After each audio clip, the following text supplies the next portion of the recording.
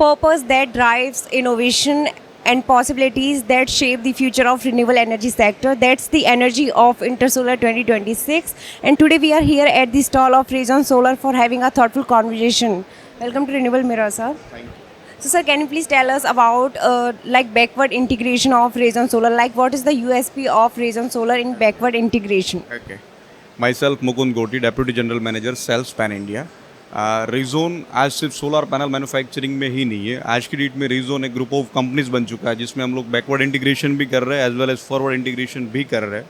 अगर हम लोग बैकवर्ड इंटीग्रेशन की बात करें तो आज रेजोन इंडस्ट्रीज़ में हम लोग 16 फ्रेम मैन्युफैक्चरिंग भी कर रहे हैं and that would capacity would be 19,800 metric tons per annum. हम लोग एल्यूमिनियम फ्रेम भी मैन्युफैक्चरिंग कर रहे हैं.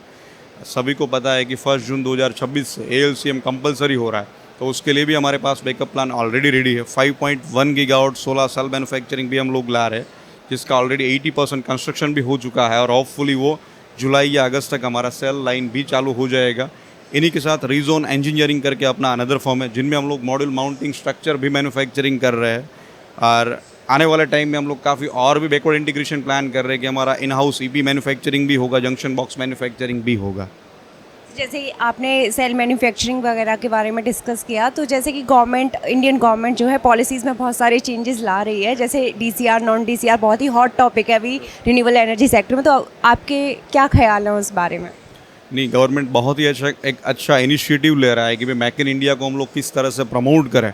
उनके लिए 1 जून 2026 से गवर्नमेंट ने ALCM कंपलसरी करा है कि माने कि इंडियन सेल ही यूटिलाइज होगा मॉड्यूल के अंदर.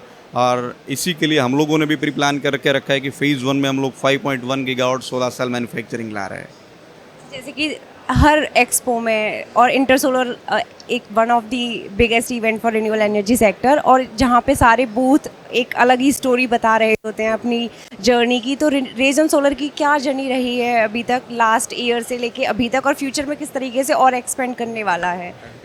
रेजोन एक्चुअल में 2017 में हम लोगों ने शुरू करा था एक छोटी शुरुआत के साथ 40 मेगावाट प्लांट के साथ. आज की डेट में रेजोन की current model manufacturing facility 9 gigawatt per annum आज इंडिया की एज पर LMM list top 3 model manufacturers India में से एक है रेजोन. और इन्हीं के साथ हम लोग आज बैकवर्ड इंटीग्रेशन में aluminium frame manufacturing, solar cell manufacturing, module mounting structure manufacturing already अपना इनलाइन है और कोई स्टार्ट भी हो गया है.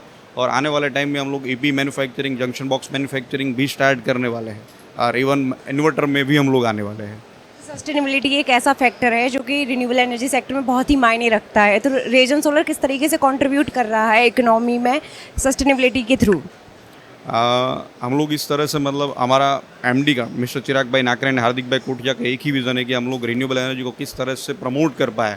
इनके लिए चिराग भाई एंड हार्दिक भाई लास्ट शार्क टैंक सीजन 4 के अंदर भी गए थे और इस शार्क टैंक सीजन 5 के अंदर भी आने वाले हैं हार्दिक भाई कोठिया.